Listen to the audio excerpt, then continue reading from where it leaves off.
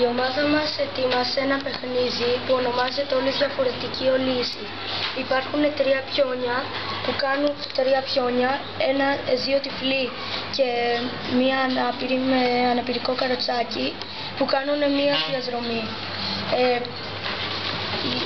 Τα υλικά είναι ένα ζάρι, ένα ταμπλό, τρία πιόνια, κάρτες, μαντίλι και χαρτί με οδηγίες και πληροφορίες.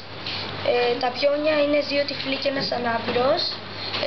Σκοπός του παιχνιδιού είναι να κάνει κάποιος 5 γύρους σε όλο το ταμπλό. Κανόνες.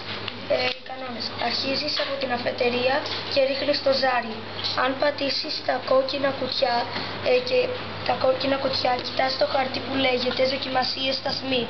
Αν πατήσεις τα κουτάκια, τα πράσινα, παίρνεις μια κάρτα από το ταμπλό. Όποιος απαντήσει σωστά σε μια ερώτηση παίρνει 2 πόντους.